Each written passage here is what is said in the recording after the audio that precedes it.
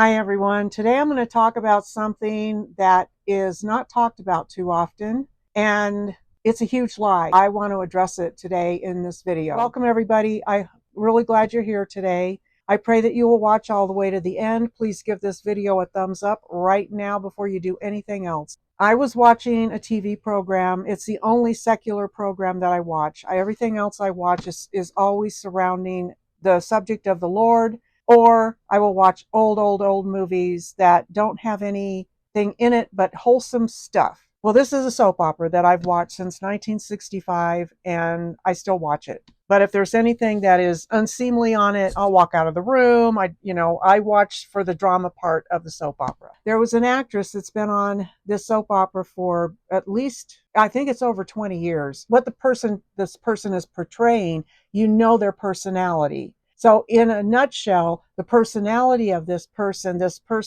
in the soap opera, not in real life, following me, was a con artist for a long time, doesn't have a relationship with God because nobody does on soap operas. So there's no relationship with Jesus, on and on and on. Well, the powers that be in the soap world decided to kill her off. They fired her. So in order to get rid of her, they're going to kill her off on the show. So on Friday, she died on the show. On the show, she had two children, a 15-year-old and a little girl, a boy, and then a little girl who was, I'd say she's maybe 6 or 7 or 8, somewhere in there. Who knows? Soap opera kids, I don't know. Well, the dad of the son, but not the dad of the daughter, because that's how soap operas are, he's got to tell them that their mother has passed away. So he tells them, and the little girl wants to go see her mom. And he said, your mom's body is in the hospital, but she is not. And he describes how everything that made up who she was, her name was Sam on the show, everything that made up Sam is gone. It's not there anymore. Only her body is there. So then the daughter says, well, where did mommy go? And here comes the lie that I'm going to address. He said, heaven. The dad said, heaven. And my brain wanted to explode. Let's take this scenario and let's put this into real life. So you have a family member that dies. It's a mother and you're the dad, and you have to tell your children, and you don't have a relationship with Jesus. Your wife didn't have a relationship with Jesus. There's no relationship with Jesus whatsoever. And your child says to you, where is she? And you tell her, you lie to her, and you tell her heaven. Here's what happens. That child now believes that you don't have to do anything to go to heaven. Nothing. You don't have to believe in a God. You don't have to follow after Jesus. You don't have to do anything. Okay? You're going to heaven when you die. And that just threw me over the edge, because we don't go to heaven when we die. We go to hell when we die, when we don't have a relationship with Jesus. That's what this book right here is all about. This book is all about where you go when you die. If you have a relationship with Jesus, you're going up. If you don't, bye-bye, baby. You're going to spend eternity in hell. It is not a joke. And as hard as it may be to speak the truth to somebody, if you are a person who has lost a loved one and you know they did not have a relationship with their maker, do not lie to them and say they're in heaven, because you're not only deceiving yourself, but you are deceiving the person that you're telling this to. So this person is going to grow up, and based on what you said to them, when they die, they think they're going to go to heaven and they're going to be sitting in hell. Do you want that for your family member? I don't for my family members. That's why I pray for their salvation all the time. I have a great niece who lived with my sister. My sister raised her because of drug addictions and all this going on in that side of the family. When my sister was being taken out of her home by paramedics, my great niece put a post up on her Facebook page. I don't have Facebook anymore, but I did then. And it said, please, when you get to heaven, kiss my mom. And she names all these people that had died within the last year. She lost her whole family in a span of about 6 months. It was the saddest, most horrific thing to witness, not only for it's my family too, but this little girl who's just a teenager loses everybody within 6 months. Her mother, pseudo dad, her grandfather, her grandmother, everybody gone. Well, my sister, unfortunately, did not have a relationship with Jesus. Unfortunately, my great niece's mother didn't have a relationship with Jesus. Unfortunately, her grandfather didn't have a relationship with Jesus. But yet I see her write in this post, when you get to heaven, kiss, kiss, kiss all these people. And I'm like, none of those people are in heaven. And my sister is not going to be in heaven. So this great niece that I have is under the delusion that when we die, we just automatically go to heaven. First, I'm going to read from chapter 3 in Romans. I'm going to start at verse 10. As it is written, there is no one righteous, no, not one. There is no one who understands, no one who seeks after God. All have turned aside. Together they have become worthless. There is no one who does good, not even one. Their throat is an open grave. With their tongues they keep deceiving. The poison of vipers is under their lips. This is what we're doing to our children when we lie to them and tell them that people are in heaven that are not. This lie needs to stop. As painful as it is, when a non-believer dies, they need to tell the relatives the truth of where they are. They're not in heaven, for sure. So don't spread that lie anymore. They are definitely in hell. And you need to find a tactful way and a truthful way to tell your loved ones that that's where they are. By saying, I would love to tell you that this relative is in heaven, but unfortunately, I cannot. And here is why I cannot. This person did not have a relationship with Jesus. This person was not saved before they passed away. So the unfortunate reality is their spirit is now in hell and will be there for an eternity. Can you imagine if you spoke that truth, even to a 7 or 8-year-old child? That is the last place they are going to want to go when they die, and it's going to cause them to seek after the Lord at some point in their life. We need to stop lying to our children. We need to stop lying to ourselves. Oh, they're looking down on us. Oh, they can't see anything we are doing if they're in heaven, number one. There is a veil between heaven and earth. Anybody who is in heaven right now, they don't know anything that's going on this earth. And you want to know why?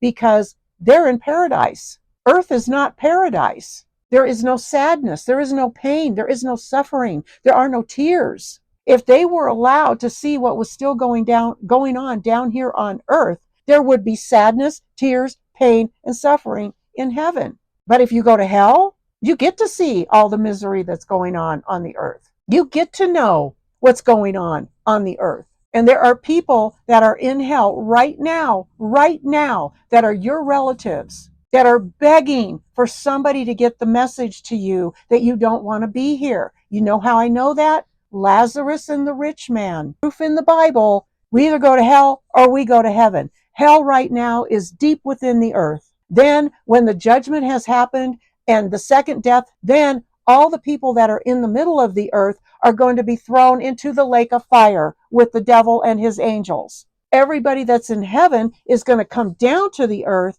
and we are going to live on a brand new earth and a brand new heaven. But we're going to be on a planet, not this one, because we're going to get a new one. We're getting a new earth. We're getting new heavens, and everybody with their little spiritual bodies up here are going to get their glorified bodies, and they're going to come down and be on the earth. That's why when we raise from the dead, we're getting our glorified body. Our spirit goes into our glorified body from heaven, and back down we come. Here's the point. When Lazarus died and the rich man died, the rich man had 5 brothers. And Lazarus is in the arms of Abraham. And he says, he's begging Lazarus to drop water on his tongue. So the rich man knows what's going on because he knows Lazarus died and went to heaven. So he's begging Abraham to tell Lazarus to do this. And Abraham says there is a chasm between here and there, and no one can ever cross it. And he wants him to tell his brothers, begging Abraham to tell his brothers about hell so they won't want to go there. And Abraham says, sorry, can't do it. If they don't listen to Moses and they don't listen to the prophets, their doom is hell. I'm paraphrasing all of this. You can go look it up in the Bible. Okay? So hell is real. It's nothing to mess with. It's nothing to lie to your children about, because you are being Satan's instrument when you lie to your children about where relatives go when they die. You are being Satan's mouthpiece, and we need to be God's mouthpiece, not Satan's mouthpiece. This is Ephesians 2, verse 8 and 9. For by grace you have been saved through faith, and this is not from yourselves, it is the gift of God. It is not based on deeds, so that no one may boast. So, what I am trying to say is, if you do not have the gift that Jesus is freely offering, which is salvation, you're not going to heaven when you die. And we need to stop lying to people about it. When someone passes away, you need to tell them the truth of where they really truly are. Now, you may be able to say in some circumstances, I don't know. I don't know if they went to heaven. I don't know if they went to hell. What I do know is up until the point that I knew them, this is where they would be, either heaven or hell. Because there are people that have screamed out for Jesus in the last moment of their life, and they are saved. They are in heaven. So there will be circumstances where you cannot say for sure where somebody is. But there are circumstances where you for sure can say where somebody is when they've passed away, because you were by their bedside. You knew what their stand was when they died. The point is, the bottom line is this: Satan owns too much of this world already. He wants every single person in hell. And believe me, there are billions in hell right now. I think 13 billion people have come on this earth since people started coming on this earth when Adam and Eve got here. 13 billion people, and most of those people are in hell, believe it or not. They are not in heaven. Heaven is going to be really a tiny place with not a lot of people in it. And that's a really scary thought for me. Not for me personally, because I know where I'm going when I die. I absolutely know. I have no fear of dying anymore. I used to be scared to death of death. I'm not anymore, because I know where I'm going. I will be in heaven. I will be in the Lord's arms. And why? Because every single day I put him first. Every single day, if I blow it or I do something. Yesterday, I dropped chocolate chips all over the floor and I said a swear word and immediately repented from it. I don't want to have anything between me and heaven. And I will not change the way I live my life for anybody or anything. I love you all so much. I just love you all so much. And it just, living in this world as a believer, it's really hard. It's really hard. I was speaking to a man today. I'm going to give him a copy of my book because I need to be professing, I was speaking to a man today. Three trailers had to move out of here because of electrical problems, and they put them in different spots. Well, they don't want to be in these spots. They want to come back over to where they've been for years and years and years. And so I was talking to this man today. He goes, I don't think they're going to let us move back over here. And then he was talking about his neighbor, who they're not going to let him move back over here because this neighbor is very disruptive. He gets in fights with his wife all the time, and there's a lot of stuff that goes down, throwing things, he was telling me. And I said to him, I said, well, he needs the Lord. And you know what he said to me? He said, no, they should have been euthanized when they were born. And I went, whoa, no. I said, God had a plan for them when they were born. They're just not living in the plan that the Lord had given for them when they were born. I said, they need the Lord. Well, they need something, he says as he drives off. He's going to get one of my books because I don't want him to go to hell. And that's exactly where he's headed. So if he were to die right now, this moment, he'd be in hell. And what would his wife be saying to the relatives? Oh, he's up in heaven looking down on us. No, he wouldn't be. No, he wouldn't be. So thank you for listening to this. I pray I don't lose any subscribers over this video. But, here's the bottom line of that. The truth hurts. The truth hurts. People don't want to hear the truth. They want to stay in that big, huge river called denial. Denial. And there are many people floating down that river of denial. And where's that river taking them? Right into the belly of hell. And believe me, you do not want to be in hell. You do not. You really don't. Everybody that is in hell, they don't want to be there. They do not want to be there. They're being tormented. They're being tortured. They're having their flesh ripped off of them. There are maggots all over the place. There's no air to breathe. They're surrounded by pure hatred because the demons hate them because they're the image of God. So the demon's job down there is just to make their lives tormented 24 hours a day, 7 days a week. There is no rest. There is no sleep. There is no reprieve from the torture and from the heat that hell brings. I don't want you there. I don't want anybody there. I want it to be a true statement that when somebody dies, they know they really went to heaven. That's what I want. I'm stumbling all over my words today. That is what I want for everyone on this planet. I want to flip the numbers that billions are going to heaven and few are going to hell. I want to flip those numbers through my ministry. I am passionate about this. I am so passionate about this. But first, we need to stop lying to our children about where grandma went when she passed away. Reality needs to be reality.